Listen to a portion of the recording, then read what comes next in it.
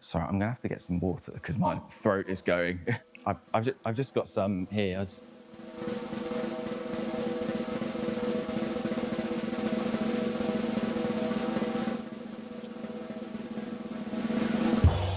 Oh yeah, definitely. Editing is a element of storytelling all in itself, because if you look at DOPs and directors, they're looking at the full package. But then when it gets into the edit, you're given all of these brushes and it's your responsibility to try and tell that story and almost like piece the jigsaw together. I wouldn't say I worry about AI, but that's because I don't think I understand how far it's potentially going to go. I think it's going to be a tool that allows people more time to be creative. There's going to be ways that AI can be utilised where certain parts of the industry are probably going to suffer. So stock footage libraries, I think they'll disappear. And I think a lot of clients will look at AI as a cheaper alternative to doing a shoot. But it's not the case, because you're going to invest more time into AI. You're going to need the people who know what they're talking about to be able to use AI. And I think once the buzzword has stopped becoming a buzzword, I think we're just going to go full circle and back to authentic filmmaking. Authenticity for me is telling real-world stories. One of my passions is documentary filmmaking. I do a lot of documentary work in the healthcare sector, and I go into people's homes and they've gone through a healthcare experience, and it's just documenting those moments, which for them are clearly traumatic and very heavily emotional stories. It's trying to convey their story and create an emotional and heartfelt edit. And I think everything that goes into filmmaking, from the people that are behind the camera, the people that are at the keyboard editing it, filmmaking has always been a human community art form. So to replace that with a click of a button because it's a cheaper alternative, it doesn't make sense to me. I scroll through TikTok and I'm definitely a doom scroller. I hold my hands up there, not proud of it, but I do it. And there's some things that I come across and I initially engage with it, but then the moment I know it's AI, or there's the little badge at the bottom saying AI generated content, all emotional connection to that content, gone. I have no emotional connection to that content, and I feel like what's happening with AI is, in a very similar sense to now, people are sick of the way smartphone photos look. So there's been a resurgence of people buying compact cameras, like people are even buying film camcorders, because people miss the way that content looks authentic. So I think what we're going to see with AI is the same full circle, but at a much quicker rate. My partner owns a dance school, and she choreographed this routine that had a message about body image and insecurities, and it was a 2.5-minute routine that incorporated mirrors and then looking at each other in the mirror, and I really wanted to convey that message more on top of the choreography. So in the edit, there's a moment where they do this big jump, and I thought, let's flash back in that moment to a load of close-ups of them looking in the mirror, looking insecure, and it extended the edit and it broke it. There was almost like an interval moment, but in that moment I feel like it took everyone out of the dance and then just reminded the audience of the whole purpose of why we were creating that film. That was just a off-the-cuff editing decision, but when I look back at that film, I realise like that was a key part of that film, and I don't think the impact would have been as big if that editing decision hadn't been put in there. I love it. I love the execution element. So I love getting given multiple cards of footage and then thinking somehow this needs to turn into a coherent story. I always say version 1 is always the most enjoyable because that's where I can make my suggestions on nuance and pacing and how the story should be paced. And then obviously the creative directors and directors all chime in, but you can add a lot to a story by bringing certain musical elements in at certain points and extending certain shots, and pacing is a huge part of demonstrating how the audience should feel when watching it. For example, in a documentary, if there's a key part of their interview that's really emotional, bring the music down, extend the shots, utilise slow motion, and there's so many little things that you could do to help punctuate what they're saying in that moment. I would give it to someone else because I think there is an element of bias if you have an emotional connection to it. In the same way, like when I get married next year, I refuse to have a videographer because I would get too picky and I wouldn't be able to like have someone film and edit my wedding without me being like, could you send me all the rushes, please? Just have a few amends and I'll end up like getting on the keyboard and probably doing it myself. But I think you shouldn't do that because if you're in the edit suite, then you watch this content multiple times.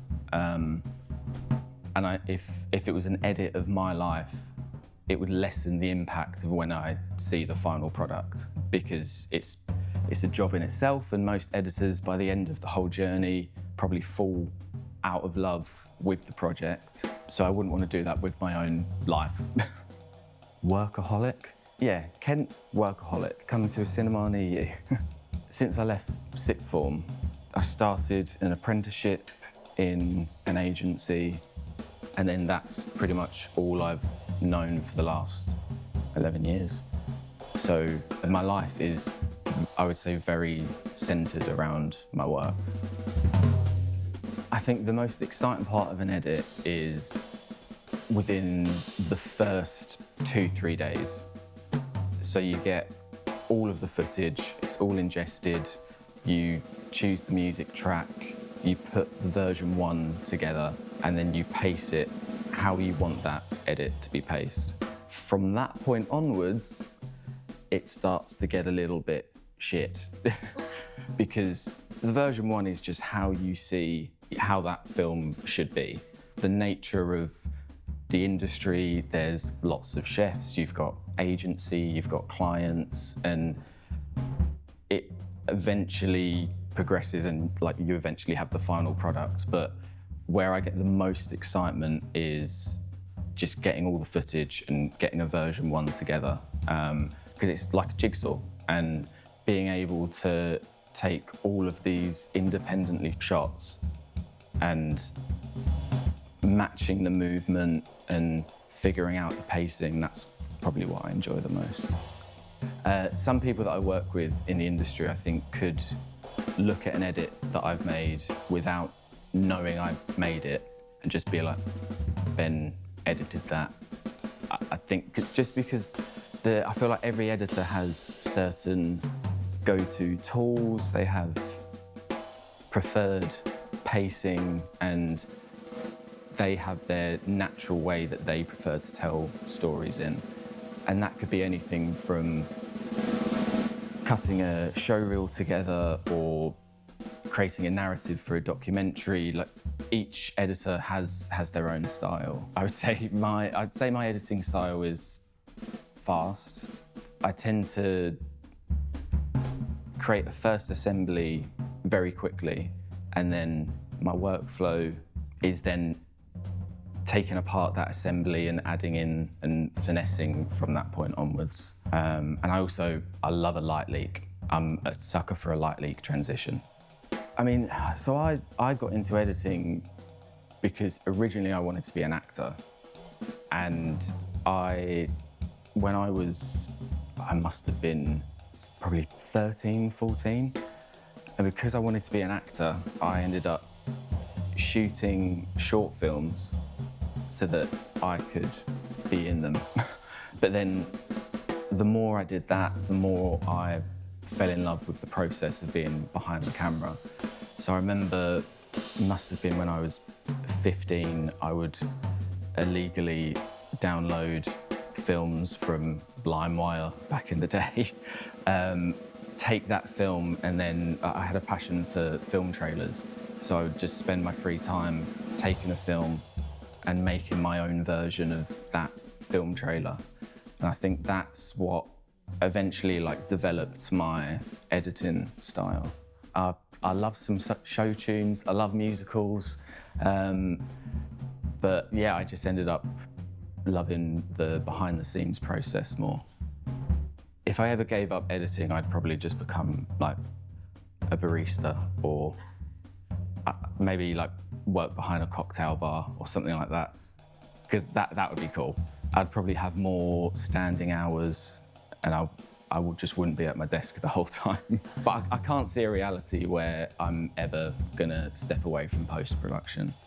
Well, I mean, considering my fiance's a dancer, she would say I like to dance, but not well, and only when I'm drunk. So sober, I'm a terrible dancer. I think I'm the best dancer in the room when I'm drunk. When I've directed people in the past, I do think there is an importance in understanding the actor's perspective, and it's a communication skill in itself to be able to direct people on set and deal with the stress of crew and a production schedule and making sure everything's running on time. I would never say I would move into a director role, just because I know so many incredible directors that if I had the opportunity fall on my lap, I would say, thank you, but I know X, Y, and Z who are far better than me. So I would always just get them involved. I think having a theatre background does help within film for multiple reasons. Directing, you can direct the actors better, but I think it's more the musicality element, because there's a saying that people will watch a film with terrible visuals but good sound, but people won't watch a really good film with bad sound. And having musicality and being able to craft and edit to a track and be able to mix that audio and help elevate the content, I think that benefits as well. Oh, well, how much time do we have? Can I give a top three? Yeah, so my top musicals are Dear Evan Hansen, Hadestown, and Hamilton. What's that song where it goes, I get knocked down, but I get up again? The intro to The Greatest Showman, where it goes, whoa! Ben Taylor, The Life. What I like about myself is the fact that I've been brought up in my career just through agencies. I understand how agencies work. So I've worked in-house at agencies being a video editor. I've worked in-house in agencies being head of production. So I understand how production as a whole works within an agency environment. And because of that, I'm a very fast editor. I know what can get signed off by the client really quickly. I pride myself in being a very efficient editor without getting weighed down with all the arty-farty stuff of looking at every single bit of footage. I enjoy being in like the agency world. I feel most production companies will try and go straight to brands or straight to clients and try and, because agencies are essentially the middleman in the situation. But I've tried to tailor my company to just perfectly serve agencies as a plug and play kind of production solution. And I think because of my agency experience, I can get as involved as people want me to be. And I'm willing to be in direct communication with account managers and creative directors and just get really embedded in the agency way of life. I don't like that I wait 8 months to get my hair cut again. I don't like that I struggle to switch off and create a separation between life and work.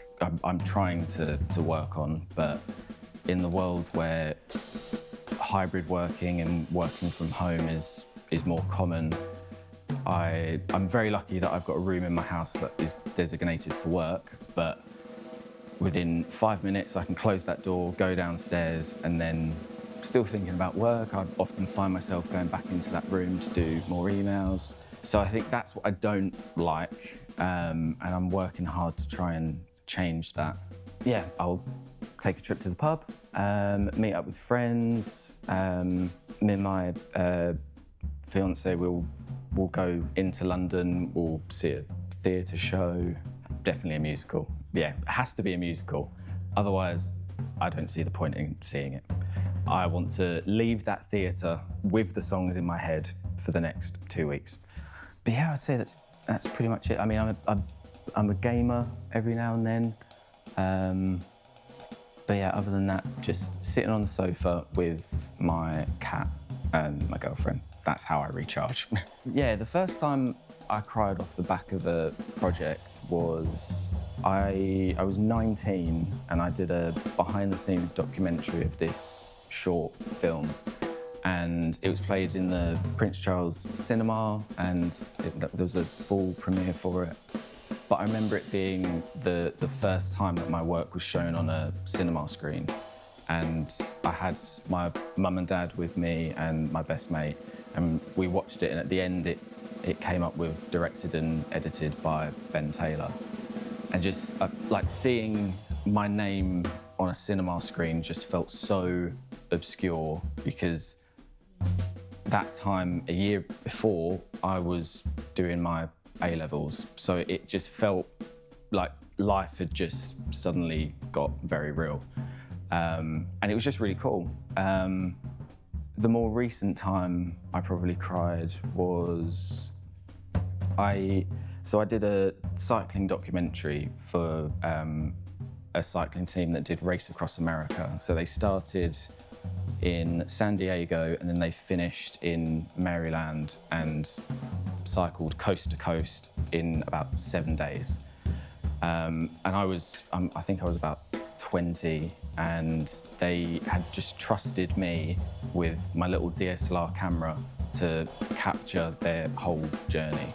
And over the course of the week, I got really close to them. One of the cyclists fell off their bike, broke their collarbone, so I had to go into the hospital with them, slyly filming on my phone. But then at the very end of the race, he then got back on the bike and finished the last hour of cycling. And the emotional connection I got with all of those people that I was filming, because I was filming them at their absolute lowest. There were some days where they didn't want to be there. I'd be in the back of the car with one of them when they were having a break, and they would just burst into tears. And then I started crying, and I was trying to make sure that I had the steady shot while I was crying behind the camera.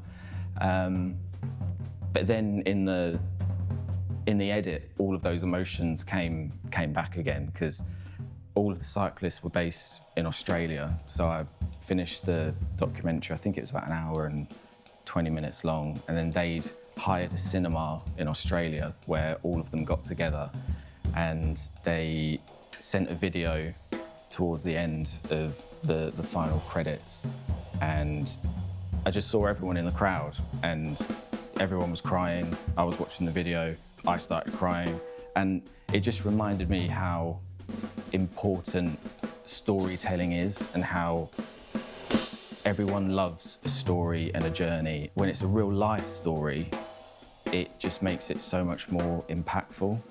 So yeah, that's probably the last time I cried. I cry a lot through stress, but that's corporate stuff. First rule of editing, organisation. It's the way you set up your project will dictate your workflow for the entire time. Always organise your editing projects to prepare for any curveball that comes later down the line. So I always ensure all of the footage is organised. There are timelines with syncs and selects made, and then you end up thanking yourself 2 weeks down the line knowing that you know where everything is. So I'd say organisation first, and then the choice of music that you choose can entirely change the vibe of a film. I always try, when I'm finding music, I always try and find music that has 3 key phases. So the first third of the track needs to be a gradual build.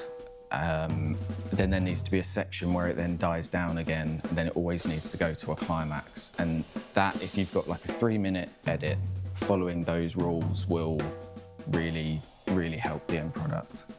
We're done. Was what I said okay? I'm not used to being this side of the camera, and I don't like it. Yeah.